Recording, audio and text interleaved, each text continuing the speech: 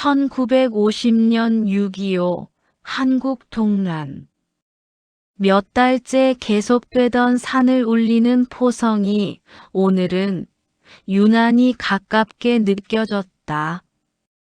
전쟁이 끝날 것처럼 북진했던 국군과 유엔군이 1950년 11월 중공군의 대규모 개입으로 갑작스럽게 후퇴하기 시작했다. 아침부터 뿌였던 하늘에서 진눈깨비가 흩날린다. 고요하던 마을이 순식간에 아수라장이 되었다. 마을 이장 황씨가 얼굴이 벌개져서 이 집 저 집 뛰어다니며 서둘러 피난 준비를 하라고 다구쳤기 때문이었다. 북한군이 내려오고 있답니다. 더 이상 지체할 수가 없어요. 빨리 피난 준비들 하세요. 조금 후 옆집 기영이 엄마가 선애네 방문을 두들겼다. 선우 엄마, 빨리 서둘러야겠어. 우리 기영이 아빠가 대충 짐을 싸서 역으로 가야 한대. 선애는 젖먹이 쌍둥이 아들 선우와 지우를 품에 안고 망연자실 서 있었다. 학도병으로 참전한 남편이 포항 여중 전투에서 전사했다는 통지서를 받은 지 채 달포도 되지 않았다. 잠시 정신을 놓고 있는 사이 기영이 엄마가 또 소리쳤다. 선우 엄마 기차 놓친다고 빨리 가재. 선애는 잠든 지우를 등에 업고 생필품을 대충 눈에 띄는 가방에 구겨 넣었다. 선우를 가슴에 안고 밖으로 나오니 기영이네 세 식구가 저만치에서 기다리고 있었다. 진 눈깨비가 내리는 큰 도로에는 벌써 긴 피난 행렬이 이어지고 있었다. 짐 보따리를 실은 소달구지가 삐걱대며 가고 지게에 살림살이를 진 노인네는 손자 손을 붙들고 머리에 보따리를 인 여인네는 이불 덩어리를 등에 진 아들의 걸음을 재촉한다. 갑자기 기영이 아버지가 소리쳤다. 기영아, 내가 선우 엄마 가방을 들어. 그리고 모두들 빨리 나만 따라와. 모두들 기영이 아버지 등만 보고 흩날리는 눈발을 헤치고 앞으로 내달았다. 사람들 틈새를 비집고 한참을 헤맨 뒤에 드디어 기차역에 도착했다. 그런데 열차 앞에서 그들은 그만 할 말을 잊고 서로 얼굴만 바라봤다. 콩나물 시루 같은 열차가 버티고 있는데 객차엔 사람들로 이미 가득 찼고 일행을 찾는 울부짖음과 애들의 울음소리가 뒤섞여 메아리처럼 이어졌다. 빈자리 찾다가 없으니 개딱지처럼 다닥다닥 지붕에 올라가 끼리끼리 빈틈없이 붙어 있었고 화물칸마저 들어가지 못해서 열린 문을 부여잡고 매달린 사람들이 너무 처절해 보였다. 출발을 재촉하는 기차의 경적 소리에 채 타지 못한 이들이 동동 구르는 발소리가 피난민들의 가슴을 아프게 두들겼다. 기차가 다시 뿌뿌 출발을 서둘렀다. 다시 강해진 바람에 진눈깨비가 얼굴을 때리며 목서프로 매섭게 파고들었다.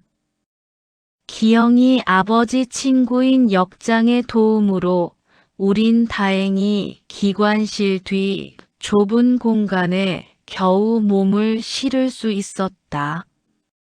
우리가 도착한 부산은 피난민들이 살아가기에 그리 녹록지 않았다. 인구는 이미 너무 포화 상태였고, 이북이나 다른 지역에서 온 사람들에게는 낯설고 막다른 장소일 뿐이었다. 정부와 부산시가 준비한 피난민을 수용할 건물들이 턱없이 모자라 다리 밑에 천막을 치거나 여기저기 공지에 간이 주택인 소위 바라크라고 일컫던 판자나 깡통으로 이어 지은 막사를 지어 초막과 같은 곳에서 삶을 이어가는 이들도 많았고, 형편이 더 어려운 사람들은 건물 사이에서 또는 도로에서 지내는 이들도 적지 않았다. 더군다나 마실 물조차 부족하여 수도꼭지 앞에 양동이를 세워놓고 하염없이 기다려야만 했다. 하루에 몇 건씩 일어나는 화재는 그나마 피난민들이 챙겨간 것들을 송두리째 앗아가곤 했다.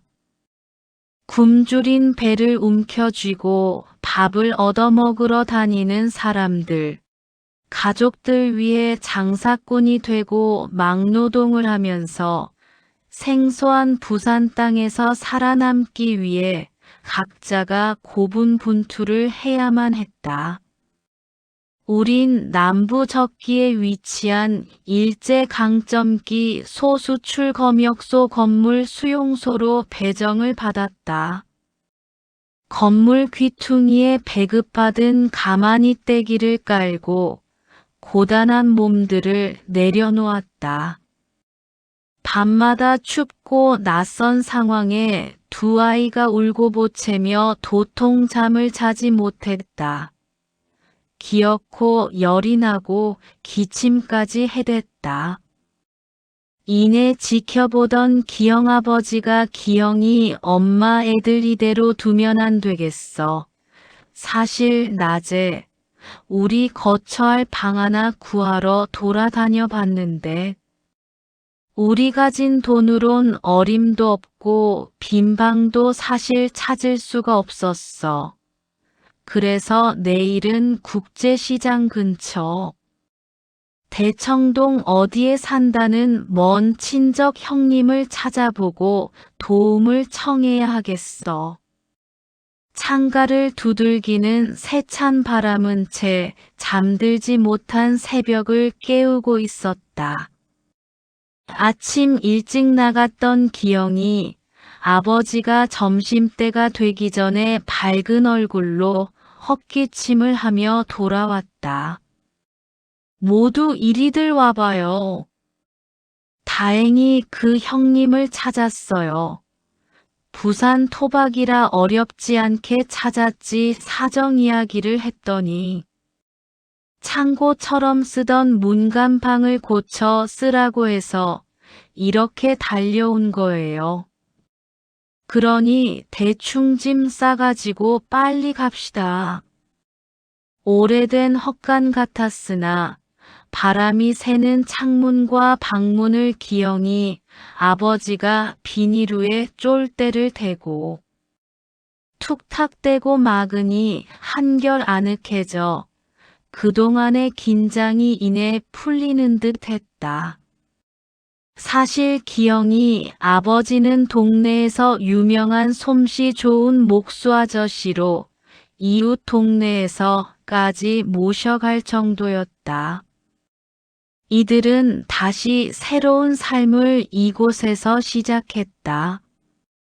이불과 필요한 살림살이 몇 가지를 사가지고 기영이 아버지와 기영이가 들고 들어왔다.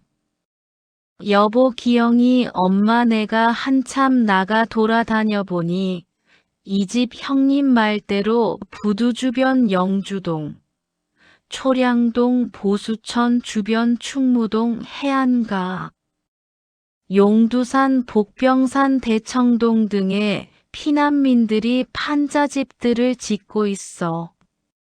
내일부터 기형이 데리고 일 나가기로 했어. 그러니 걱정 말고 선우 엄마와 쌍둥이를 잘 돌봐줘. 그리고 둘은 내일 현장에 갖고 나갈 연장들을 준비해야 한다며 톱, 망치, 대패, 끌 등을 되뇌이며 서둘러 나갔다. 선혜는 너무너무 신세지는 것에 미안해서 눈물만 나왔다. 기영이 엄마가 살며시 다가와 선혜의 손을 잡았다. 너무 따뜻했다. 선혜는 아주머니 저희들 항상 신세만 지고 있으니 앞으로 어떻게 해야 할지 모르겠어요. 기영이 어머니가 선혜의 등을 두드리며 말했다.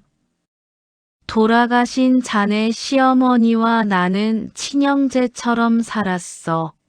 우리 바깥 양반 기형이 아버지를 내게 소개해준 분이 자네 시어머니였어. 처음 시집와서 어려워할 때마다 당신 일처럼 물심양면으로 도와주셨어. 내겐 의지할 수 있는 큰언니 같았지. 기영이 아버지도 자네 신랑 동수가 어려서부터 인사성 바르고 총명하다고 너무 귀여워했지. 자네 남편 전사 통지서 받던 날부터 기영이 아버지는 며칠 동안은 말도 않고 안 피던 담배를 푹푹 피워 대더라고. 우린 자네를 친조카 며느리로 생각하고 있어. 그러니 나를 이모라 생각하고 함께 열심히 살아보자. 이젠 울지 말고 독해져야 해. 자넨 저 쌍둥이 남 못지않게 키워야 하잖아.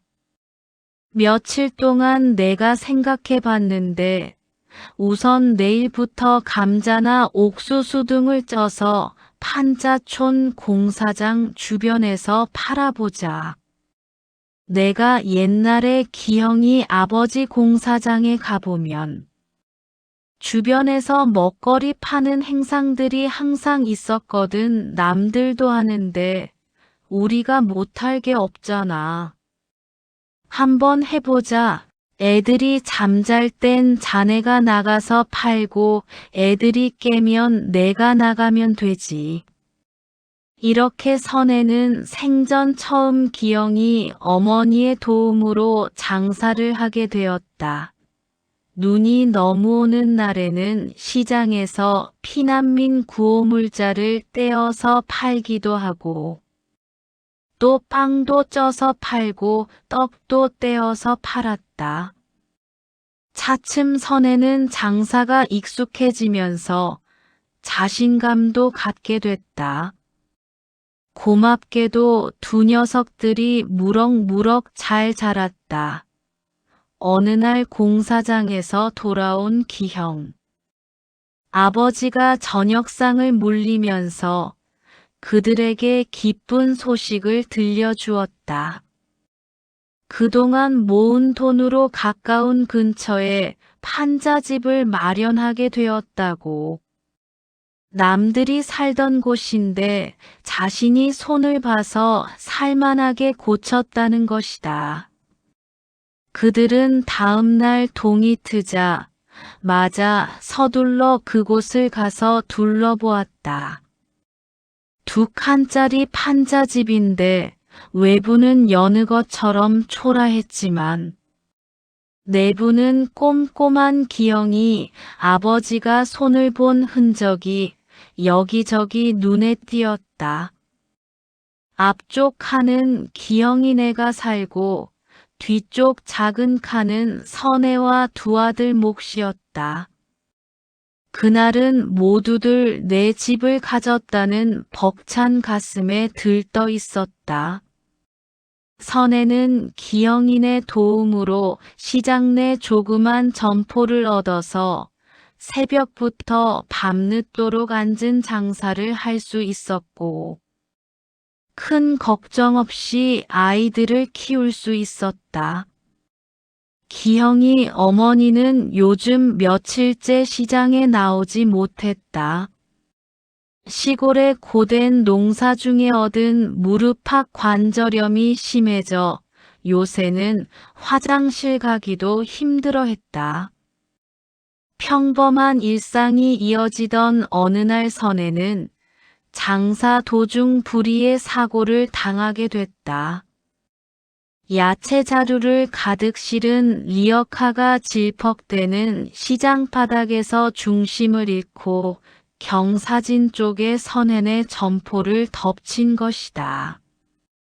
무거운 야채 더미에 깔린 선행은 정신을 잃고 병원으로 실려갔다.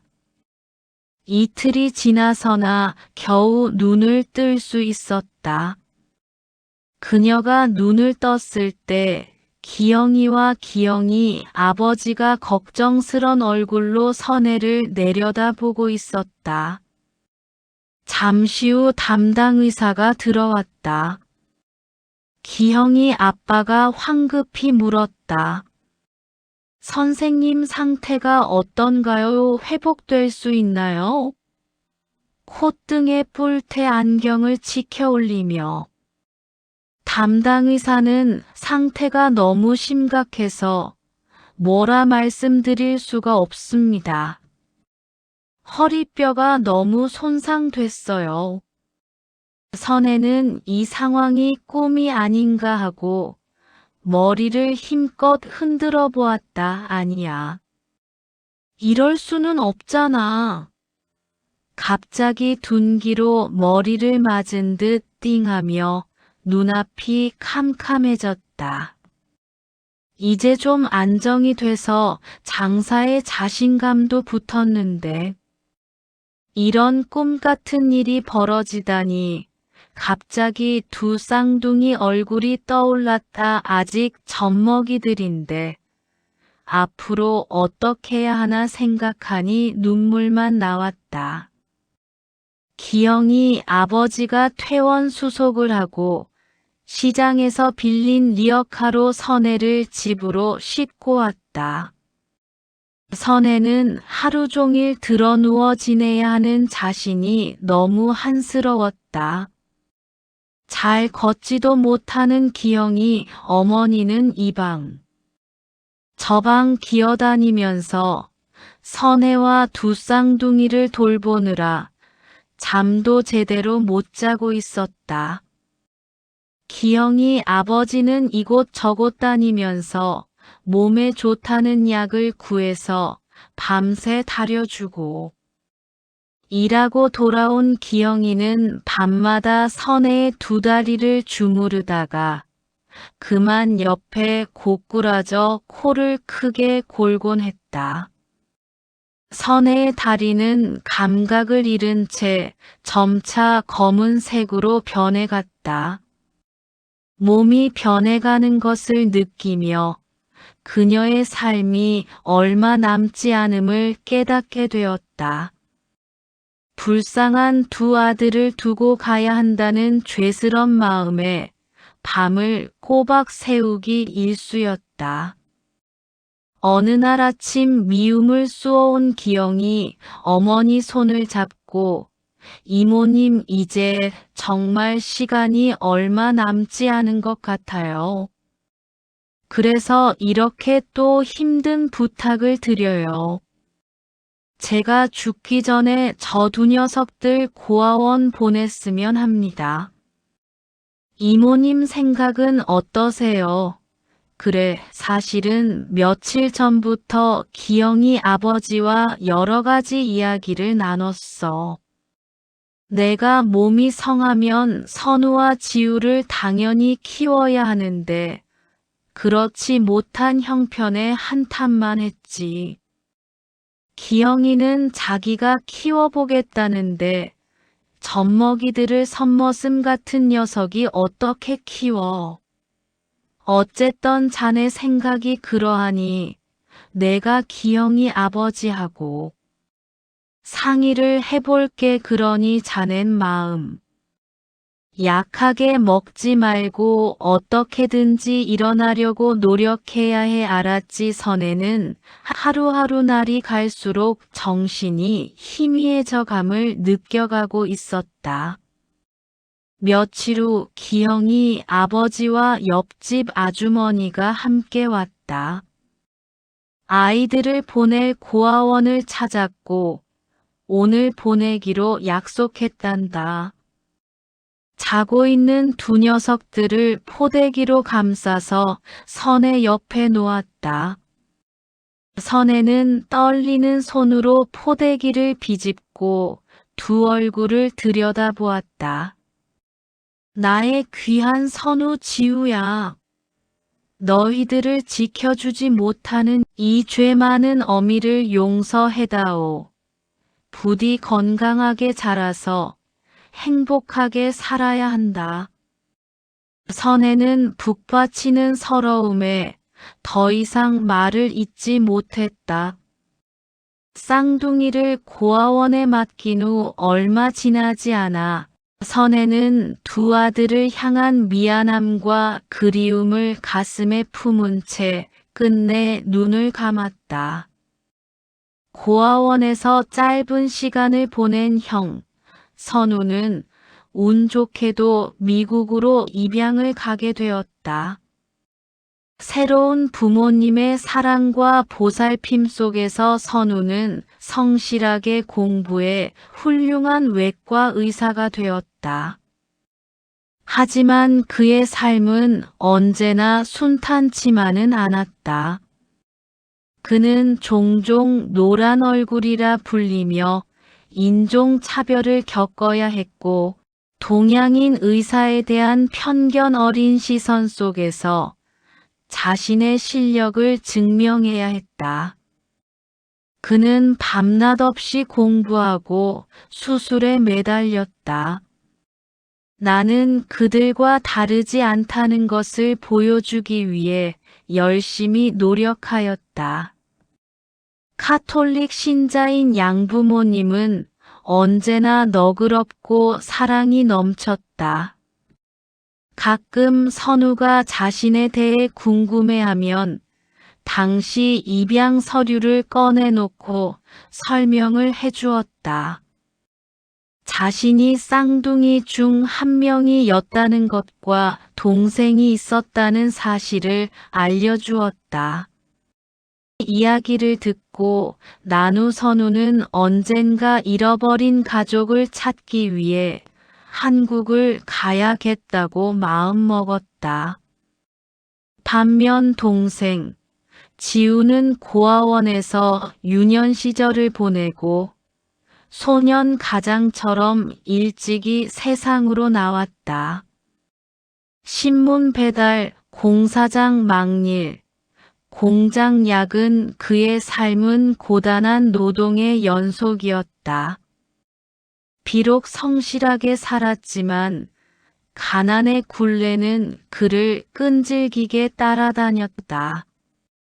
결혼도 하고 자식도 얻었지만 삶의 무게는 늘 그의 어깨를 짓눌렀다. 세월은 무심하게 흘러 지우는 60대 중반이 되었다. 파란만장했던 그의 삶은 이제 막바지에 다다른 듯했다. 오랜 세월 쌓인 피로와 스트레스 때문이었을까? 그의 신장은 기능을 잃어가고 있었다. 의사는 절망적인 선고를 내렸다. 신장 이식 없이는 오래 사실 수 없습니다. 지우는 체념한 듯 하늘을 바라봤다. 이제 와서 누구에게 도움을 청할 수 있을까?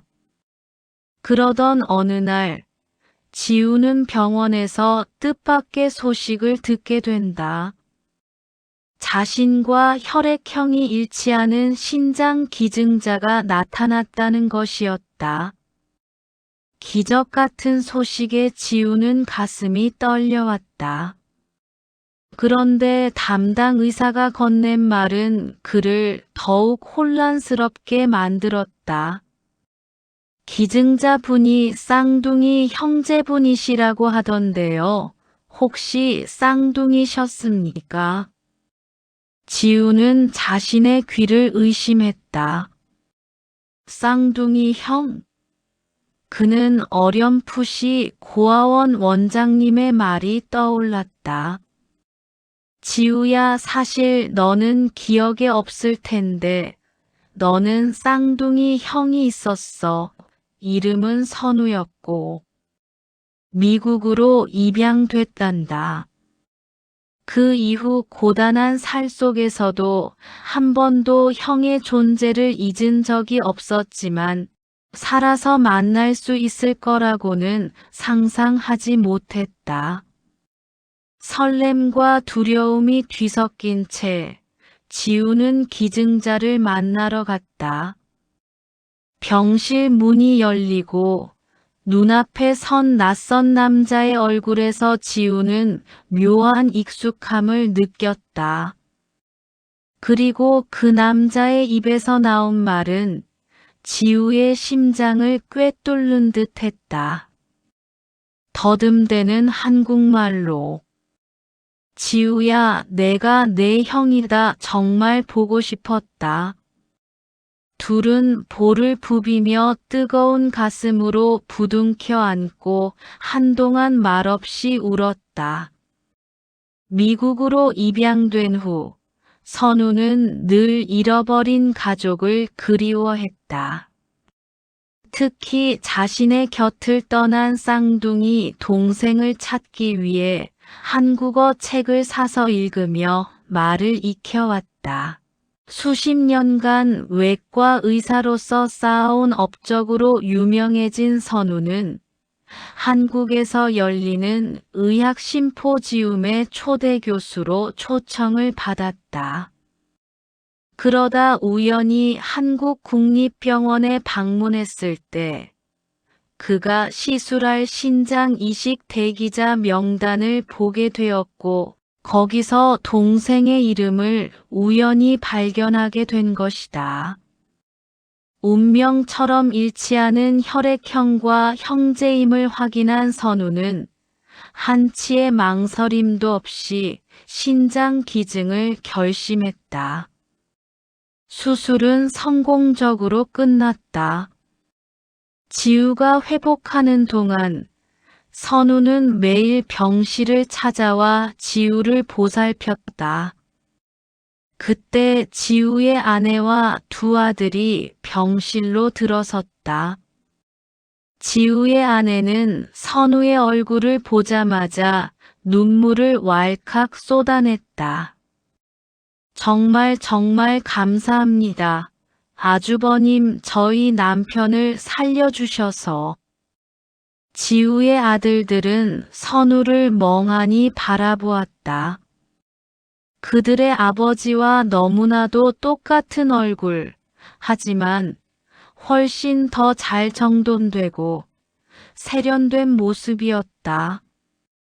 지우의 큰아들은 선우에게 다가가 그의 손을 잡고 말했다. 저희 아버지와 똑같으세요. 아버지께서 당신 생일 때마다 항상 말씀하셨어요. 고아원에 있을 때. 당신이 쌍둥이였다고 아마 살아계시면 같은 나이의 모습도 똑같을 거라고. 큰아버지, 저희들 절 받으세요. 지우의 두 아들이 병원 바닥에 넙죽 엎드려 절을 한다. 그들의 만남은 기적 그 자체였다. 지우의 가족들은 선우를 아버지처럼 따랐다. 선우는 동생 가족의 소박하지만 따뜻한 사랑 속에서 그동안 느꼈던 외로움과 싸늘했던 미국 생활의 아픔을 치유받는 듯 했다. 잃어버렸던 반쪽을 되찾은 기쁨은 그 어떤 어려움도 이겨낼 수 있는 용기가 되었다. 선우와 지우 가족은 현충원을 방문했다. 6.25 참전용사 학도 의용군 무명용사탑 앞에서 묵념했다. 6.25 사변으로 몸바쳐 순국한 선열과 호국 영령을 추모하고 참전 전 용사들의 숭고한 희생정신과 업적을 선양하며 전후 세대인 저희들은 나라의 소중함을 다시 한번 가슴 깊이 새기겠습니다. 라고 마음속으로 다짐했다. 학도병 이동수 비 앞에서 선우는 처음으로 큰 절을 드렸다. 너무 그리운 아버지 선우가 이제 돌아왔습니다. 제 동생 지우도 찾았습니다. 이젠 제가 지우를 돌보며 살겠습니다. 부디 아무 걱정 마시고 편히 쉬십시오. 다음 날 선우는 지우의 아내가 준비한 어머니 산소에 바칠 제물을 가지고 그리운 어머니의 묘소를 찾아갔다. 풀벌레 소리 가득한 언덕 위, 두 형제는 어머니께 못다한 이야기를 전하며 서로에게 의지했다. 그들의 삶은 여전히 녹록지 않을지라도 이제 더 이상 외롭지 않았다. 잃어버린 시간만큼 더욱 깊어진 형제에는 그들의 남은 삶을 따뜻하게 비춰줄 것이었다. 비록 아픔으로 시작된 삶이었지만 두 형제는 마침내 서로의 존재를 통해 진정한 행복을 찾게 되었다.